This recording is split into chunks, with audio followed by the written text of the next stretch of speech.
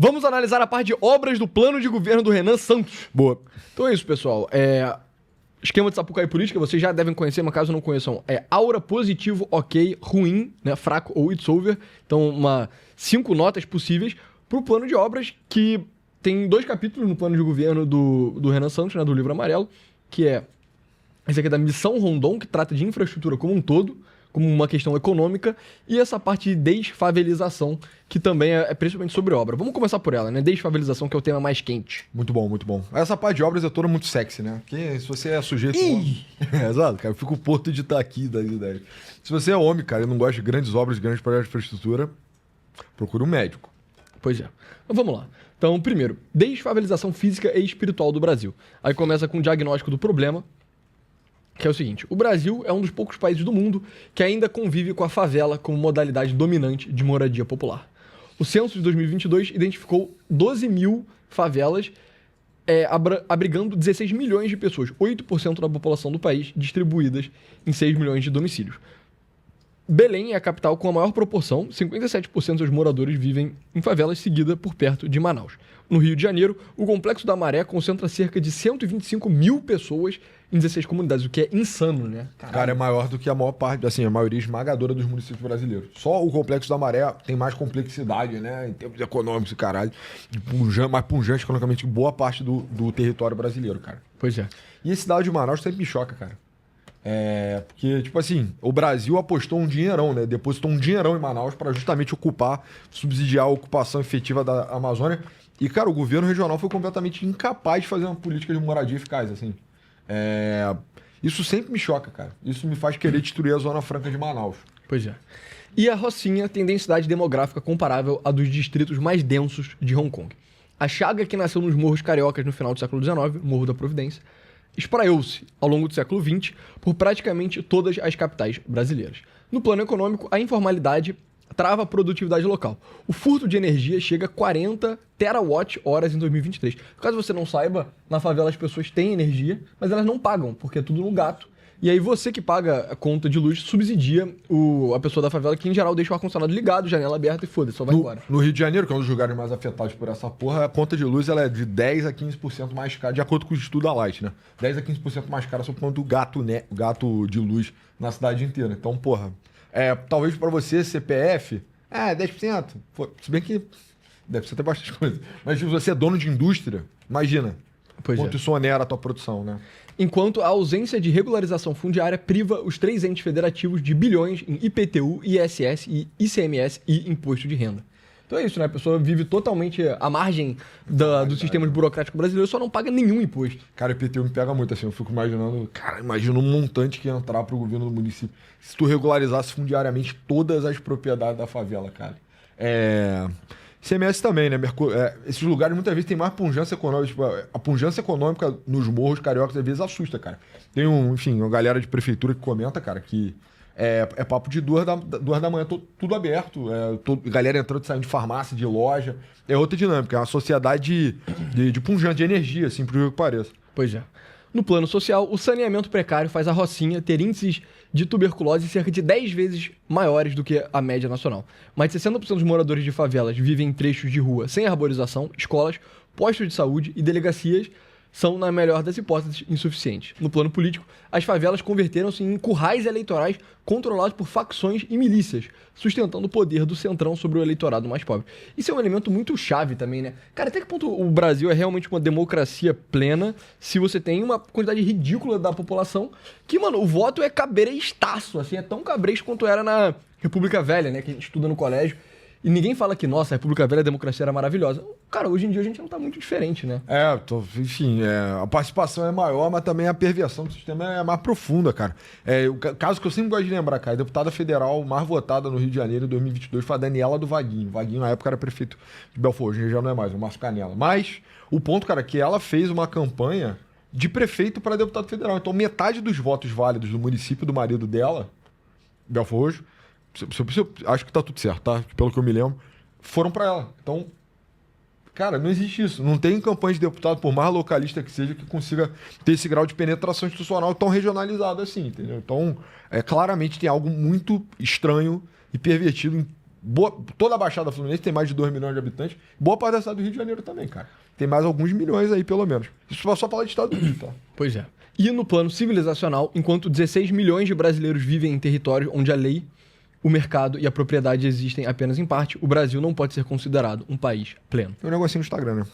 É verdade, pessoal. Vocês têm que seguir o Vitor Antunes no Instagram. Entrem victor.antum e sigam. E, além de você seguir, tem que botar sua família inteira pra seguir. Seus primos, sua mãe, seu pai, sua avó. Todo mundo é obrigatório seguir o Vitor Antunes pra quem é fã do Novos Clássicos. Faça isso. Esse é o seu dever absoluto. Faça isso. Enfim. A favela é mais do que um problema urbanístico. É uma chaga civilizacional, com custos em 4 dimensões. Caralho. Pior ainda, a favela contaminou nossa cultura. Ao longo do século XX, ela se converteu no estereótipo internacional do Brasil, a imagem que o mundo tem de nós. Nas últimas décadas, a mídia passou a vendê-la como algo exótico, glamuroso até, romantizando o crime, a promiscuidade e a degradação material e moral. A maioria dos moradores brasileiros honestos vive sob o jugo dessa cultura opressora e anseia por libertação. Isso eu acho que a gente fez o episódio, né, de ontem falando sobre... um grupo aí de extrema esquerda tava falando, não, o Renan quer destruir a favela, ele não pensa nos moradores. Muito pelo contrário, ele quer urbanizar a favela justamente por pensar no cara que mora na favela, mano. Quem mais ia se beneficiar da desfavelização é justamente quem mora na favela, que é passar a morar num bairro de verdade. É, a gente já falou tantas vezes, cara, que é uma agenda de cidadania básica, entendeu? É de você poder exercer os teus direitos políticos, os teus direitos mais fundamentais, como ir e vir, o teu direito de opinião, o teu direito de consumir com quem você quiser, o seu direito de não ser extorquido, da sua filha não ser estuprada e tantas outras chagas, tantos outros problemas, cara, que são típicos da favela, entendeu? Então eu acho que é a pauta mais popular, não popular no sentido de apoio popular, mas mais pro povão de todos, né? Tem um recorte de classe muito claro de gente que precisa ser convencida disso. E o mais triste é que as pessoas dificilmente vão votar por isso. Porque elas já estão sequestradas por esses meios de política escusa, né? Pois é. E todo mundo que não é um idiota, cara, vê pessoas que moram em favela ou moram em bairros muito pobres falando, todo mundo fala que é uma merda, cara. Ninguém gosta. Tem música, porra, da noite inteira, você não consegue dormir, aí você é acharcado pela porra de um traficante, entendeu? Uma merda chegar em casa, cara. Tem favela grande, né? Grandíssima, assim, tipo Rocinha. Muito verticalizada e muito densa. Pô, cara, o nego demora quase 1 hora pra chegar em casa. A partir do pé da favela, né? 40 minutos, às vezes, pra chegar em casa. Então, que é justamente que a infraestrutura não alcança. Então, isso é uma coisa que eu sempre pensei, cara. Às vezes chegava cansado do trabalho e ficava assim, caralho, imagina se eu tivesse que subir 40 minutos agora pra chegar na minha casa. Puta que pariu. Isso não é vida, não, cara. E quem mora na favela sabe. Pois é. As grandes políticas habitacionais do século 20 e 21 fracassaram. Enfim, não precisa ler essa parte.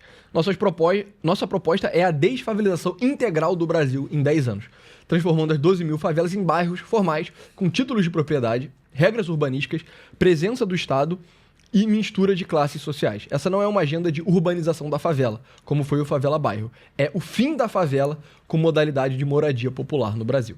Para executar esse programa em escala nacional, propomos o Marco Nacional da Desfavelização, lei federal que amplia e acelera a REURB, articulando 5 instrumentos centrais. Primeiro, título de desfavelização, instrumento jurídico novo na forma de mortgage. Mortgage é uma hipoteca, né?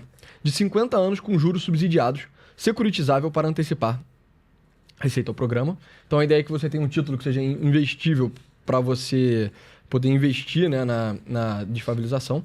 Cara, eu acho que é muito importante a pessoa, né, pagar valor módico. Com certeza. Porque se for pagar um valor cheio, bom, ela não vai pagar, né? Vai ter inadimplência brutal. Mas o valor módico, cara, doutrina o cara e faz ele lembrar todo mês que, porra, o que ele tá construindo, entendeu? Eu acho que é um negócio no-brainer, assim, dado que, enfim, o juro vai ser subsidiado, vai falar assim, ó, hoje tu mora nesse barraco. Daqui a 2 anos tu vai morar nesse prédio. Isso vai te custar pagar R$200 por mês até lá. Cara, quem não fizer esse negócio é maluco, pô. Pois é. Cadastro Fundiário Unificado Nacional, integrando bases municipais, cartoriais e ambientais com uso de drones e georreferenciamento para emissão online e certificado de regularização. Então é isso, né? Fazer com que o cara que mora na favela seja dono da propriedade dele segundo os cartórios brasileiros. Muitas vezes o cara é dono de um barraco ou até de uma casa mesmo na favela e o cartório que ele meio que registra isso é o cartório do crime. Isso é uma coisa que existe, é bizarro. Total. E essas transações imobiliárias são intermediadas pelo crime organizado. Hoje eu já vi que é a maior fonte de receita do crime. Já vi, não sei se eu acredito, mas que é onde eles ganham mais dinheiro. Não só especulação imobiliária, mas isso de transação. Porque você deveria imaginar, pô, o cara tem um barraco na favela, ele morre, tem 3 filhos. Quem vai conduzir essa sucessão, né? Você deveria estar se perguntando, quem é o dono de cartório vagabundo que vai ganhar dinheiro com isso? Nenhum, né? É alguém pior do que o dono de cartório, o traficante. Pois é. Tipificação penal do crime de favelização, dirigida a quem organiza a ocupação ilegal, loteadores, grileiros, milícias, com demolição administrativa em 48 horas das construções não habitadas, em área pública ou de risco, e remoção da moradia consolidada só por ordem judicial. O objetivo final, a demolição de toda a construção ilegal, depende de nova ordem constitucional. Então é isso, né? Impedir que as pessoas criem, expandam as favelas ou então criem favelas novas. Porque não adianta nada você resolver o problema que existe e deixar nego criar nova, né? Cara, eu gostaria que fosse mais aprofundado a vertente ambiental, cara, por detrás disso. Tipo assim, que eu no Rio, pô, morando aqui há muitos anos, né? Você consegue ver o crescimento das favelas e como elas sobem, né, em mata virgem, né? Muitas vezes, cara. Então, na paisagem, né, com o tempo, os lugares que você passa sempre há muitos anos, você vai vendo o avanço das coisas e eu te chutaria, né, que você só tem desmatamento na cidade do Rio de Janeiro basicamente por causa disso. Sim. Sabe? A gente só perde árvore, às vezes a prefeitura também, né, que não dá o devido valor a mata, né, enfim, as árvores da nossa cidade, mas, porra, a maior parte das vezes é isso. E dizem que na Zona Oeste é brutal, cara. Que os caras só avançam por cima do mangue, da lagoa e foda-se, vai subindo o prédio. E é tudo prédio vagabundo, né? Prédio de areia de rio qualquer, cara. Então o prédio ainda cai, ainda tem um risco disso. Pois é. Iniciativa Sentinela, monitoramento mensal por satélite das áreas urbanas e periurbanas, adaptando para o problema urbano a mesma tecnologia que o INPE já utiliza para combater o desmatamento. Legal. Golaço, né? Tudo que envolve monitorar uma área tem que ser feito ou por satélite ou por drone, assim, não tem por que não ser feito. Reforma do Minha Casa Minha Vida, redirecionando recursos historicamente destinados à construção periférica para aquisição de imóveis em áreas já estruturadas e para o financiamento da desfavelização propriamente dita. 4 princípios atravessam todos os projetos, independentemente do tipo. Título de propriedade individual para cada morador, código de postura urbana em sanção em caso de descumprimento, inserção da classe média via venda de parte das unidades a preço de mercado, garantindo uma mistura social efetiva, instalação obrigatória de serviços públicos, posto policial, escola modelo, clínica de saúde e creche em cada bairro. O que é código de postura urbana? Tipo um código urbanístico mesmo? Ah, tem que manter a fachada limpa. Eu imagino que sim. Seja esse tipo de isso é bom, isso é bom. O custo total do programa é estimado em 1,2 a 1,5 trilhão em 10 anos, entre 1 e 1,5% do PIB anual, esforço maior que o do sistema interestadual americano, cerca de 0,5% do PIB do ano, e menor que o da Coreia, 2 Million Homes, e de Singapura, que investiram 5 a 9% do PIB em habitação. Singapura é uma cidade que famosamente que era muito favelizada e que o Lee Kuan Yew conseguiu, desfavelizar e transformar, cara, um dos melhores cidades do mundo do ponto de vista urbanístico, né? De urbanização, sabe? Eu esqueci qual é, CAL, alguma coisa, que é o modelo de moradia popular que eles têm lá. Cara, às vezes lá é foda, né? Porque tem muito pouco espaço também disponível. Então eles fazem uns apartamentos assim, micro. Mas assim, é um lugar que urbanizou com qualidade de vida muito rápido, enriqueceu muito rápido também. Em muitos sentidos eu acho que às vezes é condição sine qua non pro desenvolvimento mesmo, assim, né? O cara tem a ideia de que, ele tem propriedade, ele tem moradia, ele tem um lugar onde ele tem acesso a serviço público, sabe? Onde ninguém acharca ele. Como é que esse cara vai imaginar a coisa melhor da vida dele se ele não tem isso, né? Pois é. Enfim, boa parte do programa se autofinancia. A carteira de mortgages, hipoteca, não sei por que usaram o termo mortgages, o IPTU dos 16 milhões, hoje fora do cadastro tributário municipal, a recuperação do furto de energia e a arrecadação indireta podem render entre 250 a 820 bilhões. O custo líquido ao Tesouro ficaria em 50 a 85 bilhões anuais, esforço comparável ao que o Brasil gasta hoje com subsídios setoriais, mas com contrapartida estrutural permanente. Ou seja, não é um projeto, nossa, mas não tem dinheiro pra fazer. Não, tem. Pode até ser meio caro, mas, vale a pena pra caralho. Eu só acho que faltou quantificar quanto vai adicionar de custo, né? Custo periódico. Porque, tu vai expandir a estrutura de saúde e tal. Vai aumentar o custo no todo mês, né? O custo mensal. Mas, beleza. Eu acho que também faz muito sentido faz sentido financeiro mesmo. E principalmente de longo prazo. Eu acho que esse é o tipo de doutrina que, obviamente, tem que pensar a parte financeira, mas é só no-brainer mesmo, né? Sim, é civilizacional, é espiritual. Exato. A desfavelização só é possível como projeto sucessivo à retomada territorial pela guerra ao crime, tratada no capítulo Prendeu Matou. Juntas, essas duas frentes formam a base material para a refundação civilizacional do país. Acabar com a favela é pré-condição para que o Brasil deixe de ser um país dividido entre lei e ausência de lei, entre cidade e periferia, entre cidadão e morador sem documento. É a tradução prática em pedra, ruas e títulos de propriedade do nosso projeto de maturidade civilizacional. Esse capítulo detalha a batalha do Brasil, item por item. Enfim, aí se você tiver interesse, compre o livro amarelo que vai ter mais detalhe. Mas, cara, a gente não vai dar nota só pra isso, mas pra mim, se fosse dar uma nota só pra isso, era Aura. É, gigante. Isso aí é o projeto, cara. Quer dizer, a gente já falou isso de vários outros projetos que estão contidos nesse plano de governo, mas esse é um dos grandes, cara. Esse é um dos mais importantes, que deixa mais excitado. Porque, pô, morando no Rio, honestamente, isso só... Você consegue imaginar um Rio de Janeiro sem favela? Só Pois é, cara. faz o esforço de 1 minuto, fecha o olhinho e tenta imaginar. Outra parada, cara. Pois é, e pra mim é isso, cara. Eu gosto do plano de governo do Renan, as partes ambiciosas, as partes imaginativas, sabe? Que é. Cara, não é só porque um problema existe há muito tempo, muitos tentaram resolver e ninguém conseguiu, que você não vai conseguir, cara. Você tem que tentar, mano. Tem que fazer o seu esforço. E não adianta ser um esforço bunda, entendeu? Não pode ser um esforço bunda mole. Não, tem que ser criativo. E o plano de desfavelização é criativo. Eu concordo gênero, número e grau com a ideia de que espiritualmente a cultura da favela meio que é um problema também, sabe? E tem que ser destruído, cara. Isso tem que ser destruído. Não dá pra ser um país sério em que as pessoas vivem dessa forma. E você não pode normalizar só porque a Globo fala, ai, como é bonitinho, e aí tem o Break fazendo vídeo no TikTok sobre a favela. Tipo, eu não tenho... Eu sinto que o nego dá muito hate no Break, eu nem odeio ele, eu acho ele um cara... O cara tá relatando a experiência dele ali e tal, suave, entendeu? Mas, porra, cara... Mano, tem que acabar, irmão. Aquela porra tem que virar um bairro na moral, pra você poder ter uma vida, ter uma família tranquilo, sem medo do seu filho entrar pro crime, sabe? Sem O Instagram do Break o Instagram do Break ia bombar, cara. Essa favela. Eu não sei, ele mora na Rocinha, né? Rocinha. Eu acho que a Rocinha é o nosso Mob Dick, né? O governo Renan Santos vai, mano, contratar o Break como influenciador da desfavelização. Então, eu acho que é por aí, cara. Mas, assim, acho que a Rocinha vai ser... Se eu tivesse que chutar, uma das últimas a ser urbanizada, só porque o desafio... urbanístico é fudido mesmo. Geográfico, né? É morro, muito, brother. íngreme. Muito íngreme, muito denso ao mesmo tempo. E muito grande, né? Tipo, todas as coisas que dificultariam estão contidas no case da Rocinha. Mas, eu acho que ia ser maneiro, cara. Imagina acompanhar o Instagram do Break. Caraca, maneiro, os caras estão destruindo aqui o barraco e tal. E aí depois o Break morou no apartamento. O Break já tá rico, né? Tipo, ele vai lá gravar, mas ele fingindo que vai lá também ver as obras. Ia ser bastante interessante. E eu acho, cara, que tem uma pujança, tem um pouco da cultura carioca desviada, né? Pervertida na favela, que poderia ser retomada de uma forma magnífica, cara. Num Rio de Janeiro diferente, desfavelizado. E, de novo, acho que junta diretamente com condição... Como favela é condição sine qua non também para crime organizado. Porque é natural que, onde tem crime, onde o Estado não chega. Porra...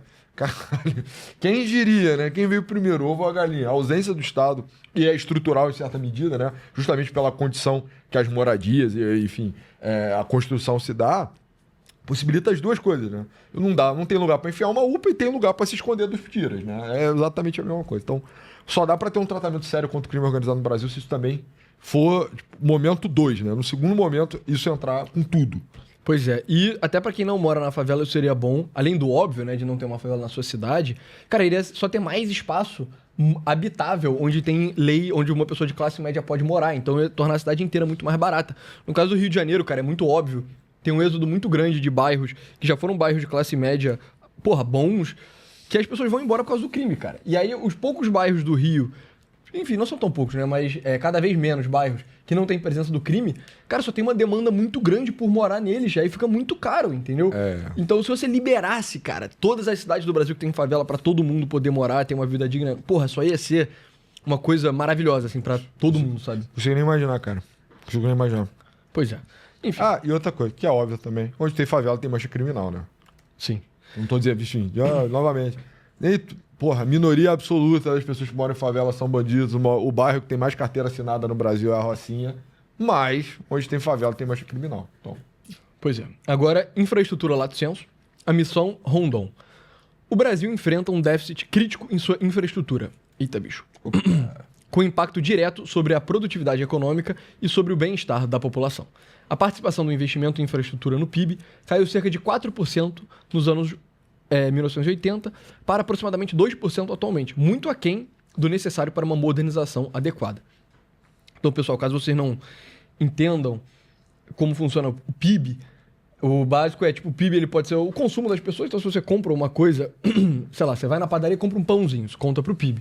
O governo gasta as coisas dele, é PIB também, mas uma parcela do PIB é investimento. Então, tudo que você investe, que não é exatamente um consumo de bem final, entra para o PIB, e você pode separar os investimentos de diferentes tipos, máquinas, sei lá, investimento em pesquisa, para investimento em infraestrutura mesmo. Então, lê-se ponte, estrada, ferrovia, porto, aeroporto, enfim, esse tipo de coisa. E o fato que o Brasil só investe 2% do PIB em infra, cara, é muito baixo. E infra é um déficit bizarro para a economia do Brasil. Quando eu falo do custo do Brasil, entenda, grande parte do custo do Brasil é que a nossa infraestrutura é uma merda. A estrada é uma merda, e aí o caminhão quebra, e aí o caminhão ele fica tem problema, aí cai um monte de grão, sabe? O porto é uma merda, aí é caro, e aí os navios que entram no porto tem que ser navios pequenos, ao invés de um navio gigantesco, e aí encarece tudo. Então, tudo que tange desenvolvimento econômico no Brasil é atrapalhado por causa de déficit de infraestrutura. E eu já vi economistas falando, cara, que a gente investe tão pouco, mas tão pouco em infra, que talvez não seja nem o suficiente para repor a depreciação da infra que já existe. Então, porra, qualquer infra precisa de manutenção, né? Ela tem um tempo de duração, você tem que ir lá corrigir os problemas. Cara, talvez hoje no Brasil a gente esteja perdendo infraestrutura com um tempo de tão pouco que a gente investe. E isso acontece, né? Mas isso não acontece. Cara, isso acontece. Isso obviamente acontece. Olha a África do Sul, cara. É exatamente o caso que eu ia dar. A África do Sul é um país com infraestrutura super desenvolvida, e o governo hoje em dia lá é super corrupto, não investe nada em infra. A infra tá colapsando, assim, a cidade tá voltando a ser mata, mano. Tu consegue ver, né, no Google Maps, cara, as coisas regredindo, né? Onde tinha uma ferrovia. Não, onde tinha ferrovia hoje já não tem mais. Onde você tinha uma rua pavimentada hoje ela já não tá coberta pelo barro. Isso tudo, né? Você precisa de um custo recorrente para poder manter. Se o Brasil não. Enfim, isso, a gente tá botando um cenário onde o Brasil vai conseguir regredir infraestrutura que é bizarro, né? Impressionante. Né? Pois é.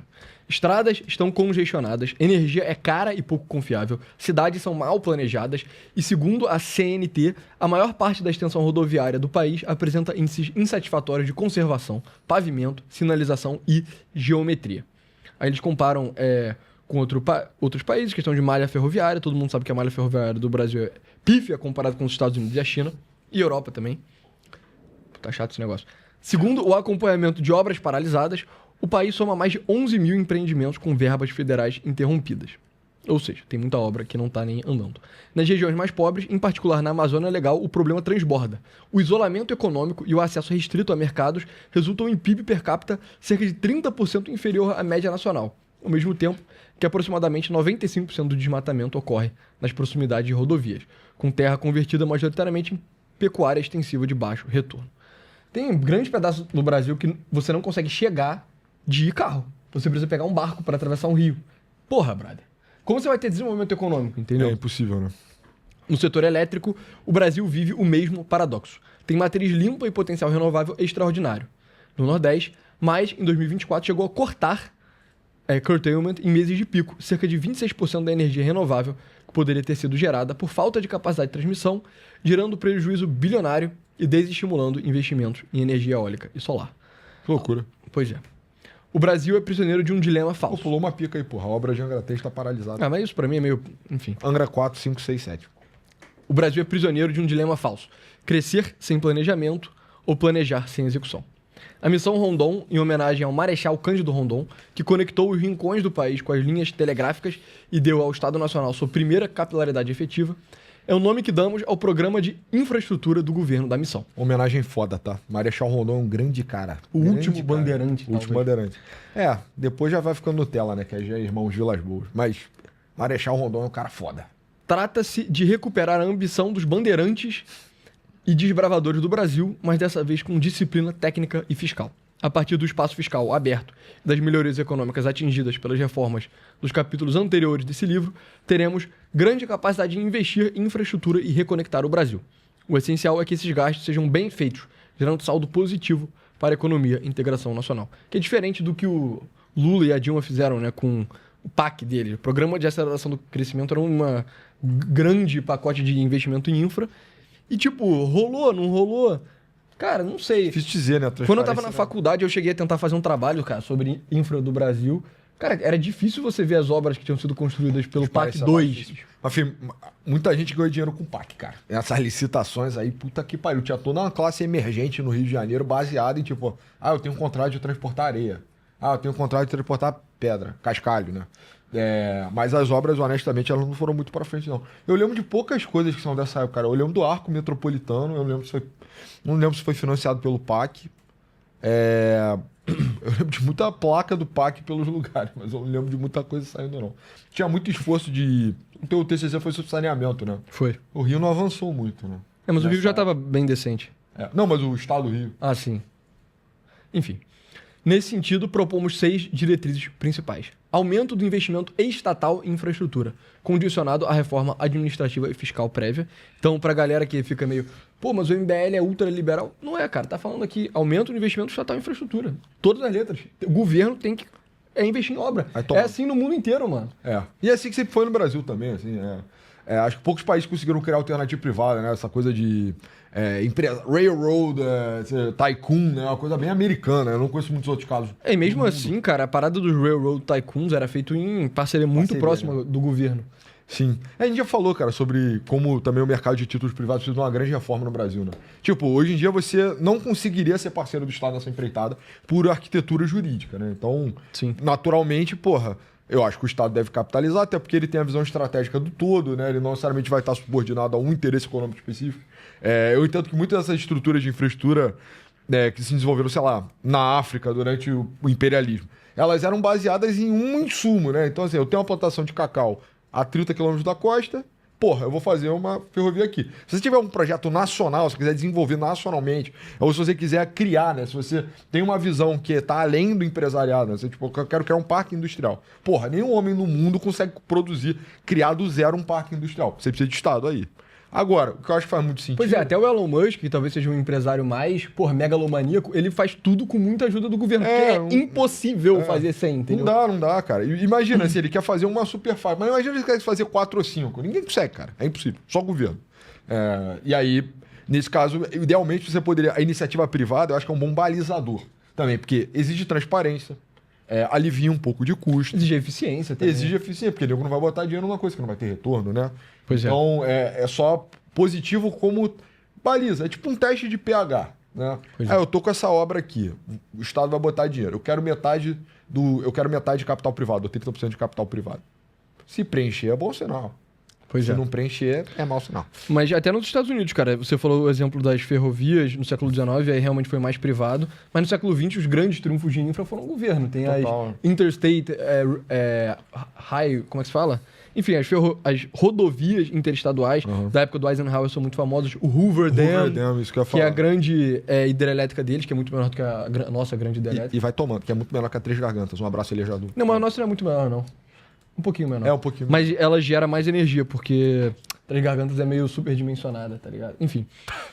Fato é, o governo tem que investir em infra, ponto final, acabou. Porrada, cara. Se eu fosse meio... Cara, eu acho que se o Eduardo Paes fosse o presidente do Brasil, e o Eduardo Paes é um cara que ele tem uma visão boa de fazer projetos de uma forma meio marqueteira, cara, eu ia tentar pegar algum porto, talvez o de Santos, talvez não, pra fazer, tipo, cara, um mega porto, mano. Mas faz um porto assim... Shenzhen.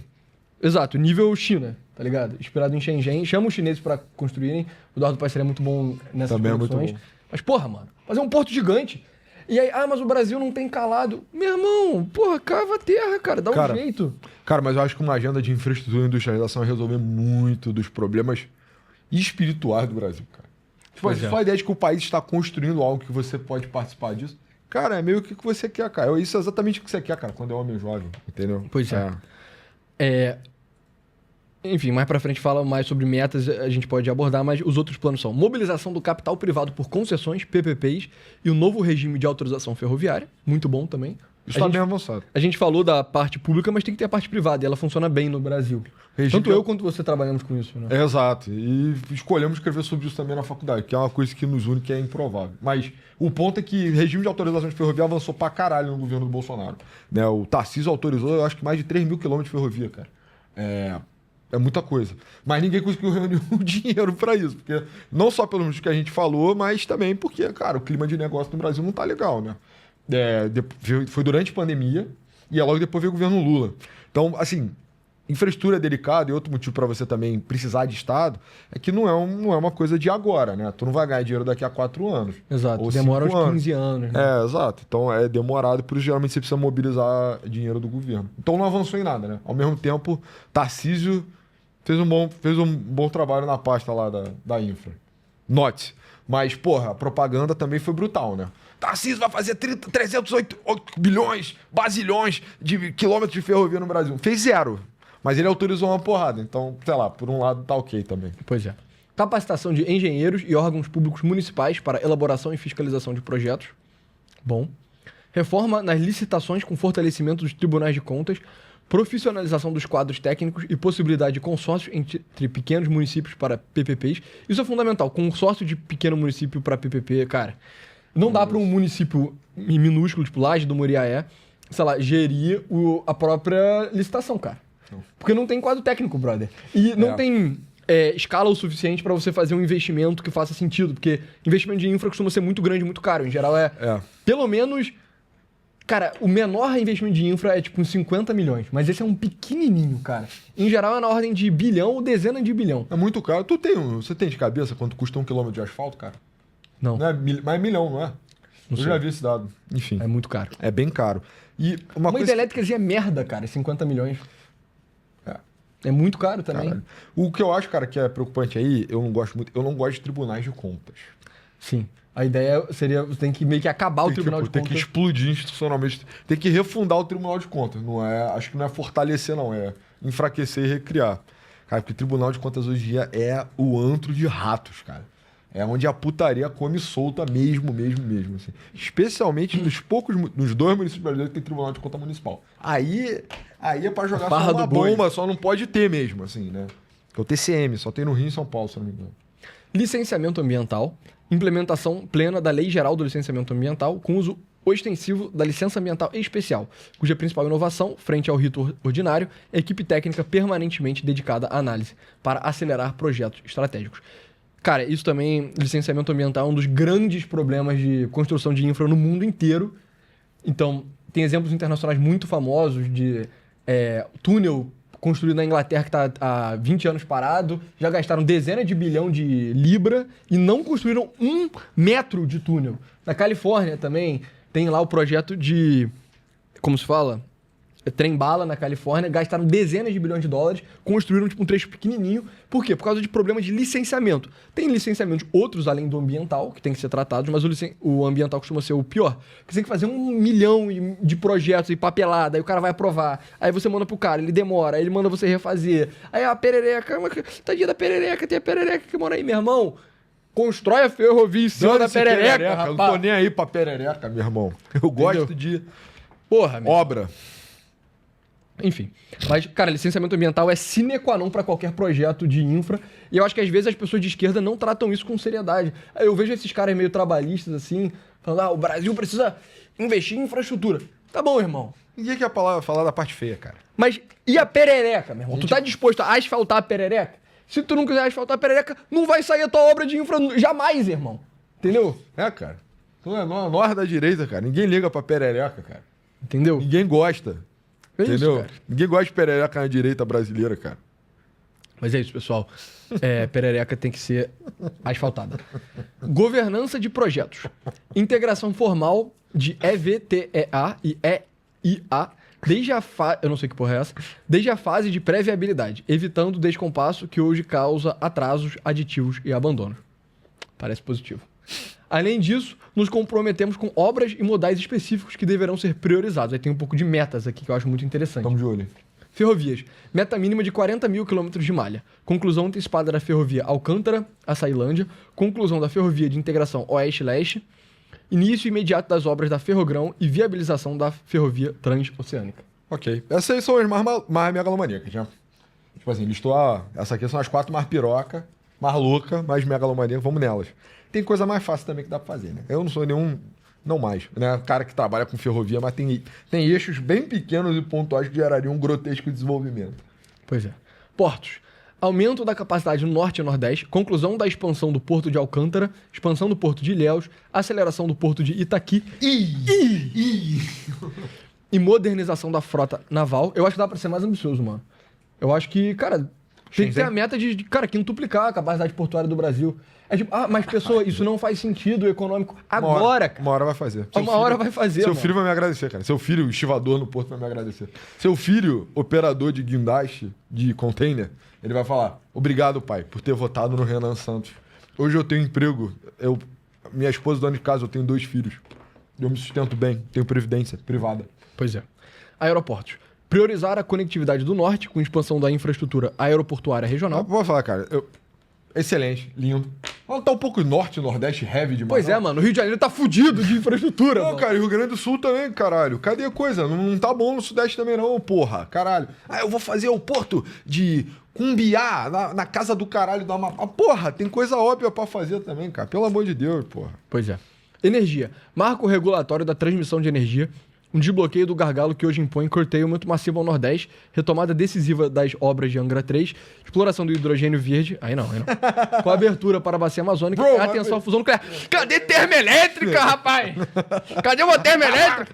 Pô, cadê a porra, cara? Os Se caras fosse eu. os caras estão gostando muito de perereca ainda, cara. Porra, é essa? Porra, meu irmão. Porra, Molhei bota a perereca na termoelétrica, pá. Queima a perereca pra fazer energia, porra. Porra, é, cara. Ó, teve um vídeo, um dos primeiros Tem mais vídeos coisa do Novos nuclear, Clássicos. cara. Nuclear, cara. Energia barata. Eu quero energia barata. Termoelétrica, cara. Queima as coisas, mano. Porra, só... Caralho. Se eu puder fazer fissão nas coisas. Mas, Anton, a parada é a seguinte. Eu acho essa parte de energia... Primeiro, críticas. No geral, muito positivo, né? Muito positivo. Não, Mas críticas a essa parte aqui é o seguinte.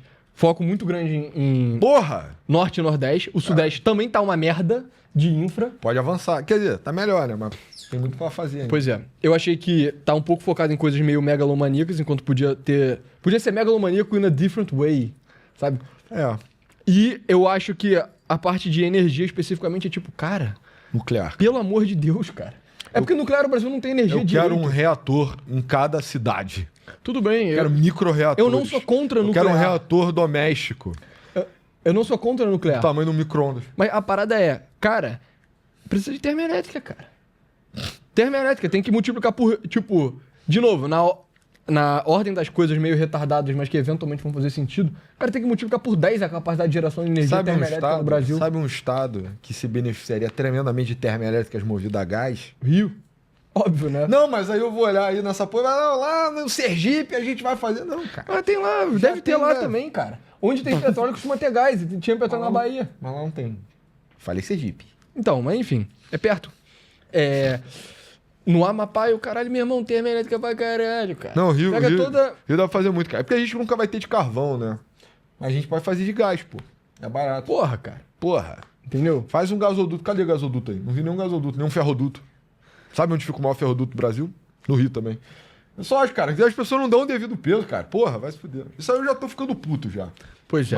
Mas dito isso, belo plano. Mas Pois é, vamos dar a nota. Mas sério, pessoal, teve um episódio que eu falei sobre... Eu acho que foi de proposta do Renan também, que eu falei sobre como gentrificação, na verdade, é bom. E aí, o garoto Mariano, grande abraço, até Grande veio me colaborador. perguntar. Falou, pô, pessoa... Tá falando sério? Explica aí, tá ligado? Eu expliquei, ele falou, realmente, faz sentido o que você falou. Cara, termoelétrica, pessoal. Cara, termoelétrica, tá ligado?